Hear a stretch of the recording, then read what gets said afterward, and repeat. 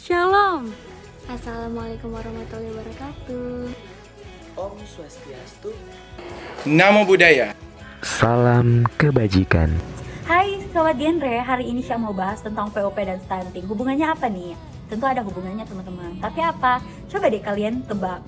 Buat kalian yang nggak tahu apa itu stunting, stunting ini adalah kondisi di mana terjadinya kegagalan pertumbuhan pada seorang anak akibat pola gizi yang kurang. Nah teman-teman, sangat disayangkan pada tahun 2019, WHO pernah menempatkan Indonesia sebagai negara dengan kasus stunting ketiga tertinggi di Asia. Jadi pada tahun 2019 teman-teman, negara kita mendapat ranking 3. Waduh, hal itu bukan hal yang baik ya teman-teman. Itu hal yang buruk karena menurut data riset kesehatan dasar pada tahun 2019, angka stunting di Indonesia mencapai 30,8%. Sedangkan WHO sendiri menargetkan angka tersebut tidak boleh lebih dari 20%. Berarti angka stunting di Indonesia cukup tinggi juga ya teman-teman. Nah teman-teman tahu nggak apa hubungannya sama PUP? Jadi gini ya teman-teman, kalau PUP terlaksanakan dengan baik, maka stunting di negara kita dapat dicegah dan dikurangi. Dengan gimana teman-teman? Gimana sih? Karena gini teman-teman, jika kita para remaja, para generasi muda melaksanakan hal yang bisa dibilang hamil di luar nikah pada usia remaja, itu bisa mempengaruhi janin kita teman-teman. Karena apa? Yang kita ketahui bahwa faktor terjadinya stunting ini akibat pola gizi yang kurang.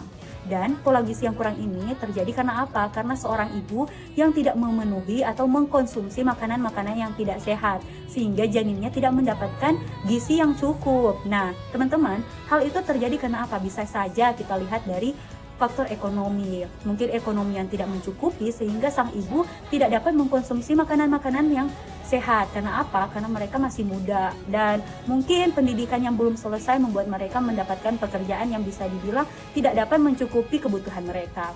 Nah, faktor yang kedua ada faktor apa? Faktor psikologi. Jika seorang ibu stres, banyak pikiran dan mengganggu pola makannya, otomatis itu akan mengganggu perkembangan seorang anak, teman-teman, dan itu bisa mengakibatkan terjadinya stunting. Maka dari itu teman-teman, ayo dong, jangan sampai nikah muda atau mengandung di usia yang dini belum mencapai usia ideal. Karena apa? Karena kemajuan negara kita bergantung pada kita, generasi muda. Ayo jadi generasi yang berkualitas, biar negara kita, negara Indonesia bisa semakin maju. Salam genre. Nah, kenapa PUP dapat dikaitkan dengan KESP atau kesehatan reproduksi? Dikarenakan di dalam 5 faktor yang terdapat di PUP tersebut terdapat satu faktor, yaitu faktor reproduksi. Kenapa dikatakan seperti itu? Dikarenakan setiap wanita yang ingin menikah harus mempersiapkan kematangan organ reproduksinya terlebih dahulu. Jikalau seorang wanita yang ingin menikah di usia yang belum ideal, tentunya kesiapan organ reproduksinya itu belum sangatlah matang. Penyebab dari belum sangatlah matang organ reproduksi tersebut yaitu akan terjangkit penyakit atau akan terdapatnya penyakit, dan sangat berbahaya juga ketika seorang wanita tersebut mengandung akan mempengaruhi janinnya. Nah, teman-teman sudah tahu nggak apa itu nikah dini dan apa dampak dari nikah dini? Simak video berikut ini. Nah, apa sih pernikahan dini itu? Pernikahan atau perkawinan dini adalah pernikahan yang dilakukan pada saat satu atau kedua belum memenuhi usia ideal untuk menikah, yaitu perempuan belum usia 21 tahun dan laki-laki belum berusia 25 tahun.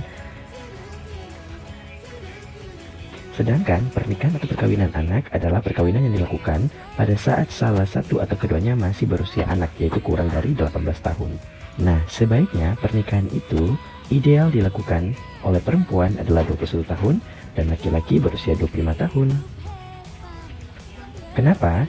Karena menikah pada perempuan membutuhkan kesiapan fisik, terutama dalam hamil dan melahirkan, mental dan emosi, serta dimensi kesiapan lainnya. Dan untuk laki-laki, untuk persiapan baik dari segi keuangan dan memiliki pendapatan atau penghasilan untuk memenuhi kebutuhan keluarga.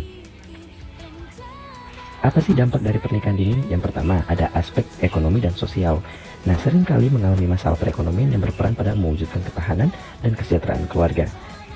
Dan juga ada aspek psikologis, yaitu mengenai emosi, dan juga rentan mendapatkan perlakuan kekerasan, ada juga berpotensi mengalami kegagalan, dan kondisi emosional yang labil pasca melahirkan, dan juga ada mengalami ketidakstabilan emosi.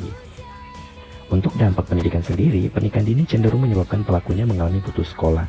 Nah, mereka memiliki kemungkinan 11 kali lebih tinggi untuk tidak bersekolah atau putus sekolah dibandingkan dengan anak perempuan yang masih bersekolah. Nah, untuk dampak kesehatannya apa? Nah, berisiko mengalami masalah kesehatan reproduksi seperti kanker leher, rahim, dan trauma fisik pada organ intim. Untuk itu, pendewasaan usia perkawinan sangat penting untuk diterapkan dalam kehidupan remaja saat ini untuk bekal di masa depan dalam mempersiapkan kehidupan berkeluarga. Pak teman-teman, menurut data dari United Nations Development of Economic and Social Affairs menyebutkan bahwa Indonesia adalah negara posisi ke-37 jumlah perkawinan di usia muda terbanyak di dunia. Sementara di Asia Tenggara, Indonesia menempati posisi kedua setelah negara Kamboja. Nah, lalu teman-teman, apa penyebab sehingga terjadinya pernikahan dini? Nah gini teman-teman, penyebab terjadinya pernikahan dini antara lain yaitu pemaksaan dari orang tua, rendahnya pendidikan, rasa keingintahuan tentang perilaku seks, pergaulan bebas, faktor lingkungan dan teman sebaya, dan yang terakhir karena faktor ekonomi. Dan faktor ekonomi ini dapat menjadi alasan terciptanya perceraian. Lalu, apa hubungan antara PUP, yaitu pendewasaan usia perkawinan, dan pernikahan ini? Gini teman-teman, hubungan itu terdapat begini. BKKBN telah berupaya untuk meningkatkan usia perkawinan pertama melalui PUP, yaitu pendewasaan usia perkawinan, dengan cara menetapkan usia untuk menikah. Dan BKKBN telah memutuskan bahwa usia yang tepat untuk menikah yaitu usia 21 tahun untuk perempuan dan 25 tahun untuk laki-laki. Karena di usia tersebut itu adalah usia yang sudah siap dan matang untuk berkeluarga. Nah, pendidikan kesehatan reproduksi itu sangatlah penting karena dapat membentuk masyarakat menjadi masyarakat yang sehat, jasmani, rohani, sosial, ekonomi. Nah, dan pendidikan kesehatan reproduksi itu tergabung dalam program PUP, yaitu pendewasaan usia perkawinan. Pentingnya pendidikan kesehatan reproduksi, yang mana program pendewasaan usia perkawinan berada dalam kesatuannya. Informasi yang diberikan berupa cara menjaga kesehatan organ reproduksi remaja, menghindari perilaku seks bebas, dan risiko dari pernikahan dini. Oleh karena itu, perlu dikembangkan program dan kegiatan informasi dan edukasi agar nantinya dapat memberikan kesadaran yang tinggi pada remaja, memiliki pengetahuan yang berbobot, dan kemampuan dan berperilaku yang menjadi lebih baik. Nah teman-teman, jadi seks pranikah ini atau seks bebas banyak dilakukan oleh pria dengan umur 14-19 tahun dan untuk perempuan 20 dan 24 tahun. Jadi dampak dari seks bebas ini kehamilan di luar nikah dan meningkatnya angka pernikahan dini. Dan termasuk aborsi itu juga salah satu dari dampak seks bebas. Kenapa aborsi itu adalah bagian dari dampak seks bebas? Jadi teman-teman, aborsi itu penyebab dari KTD. Lalu KTD itu apa sih? KTD itu adalah kehamilan yang tidak diinginkan. Hubungan antara PUP dengan seks bebas ini terdapat di salah satu tujuan dari PUP ini, teman-teman. Jadi salah satu tujuan dari PUP ini adalah mengurangi kematian ibu, bayi, dan anak. Jadi yang kita ketahui bahwa seorang perempuan itu sangatlah tidak baik jika melahirkan di usia yang sangatlah muda. Jadi itu bisa menyebabkan kematian dari ibu atau dari bayi tersebut. Jadi kita haruslah menerapkan atau harus melaksanakan PUP ini atau pendewasaan usia perkawinan agar kita bisa mengurangi kematian ibu dan anak. Jadi kita harus menikah di usia untuk perempuan di usia 21 tahun dan untuk pria di usia 25 tahun.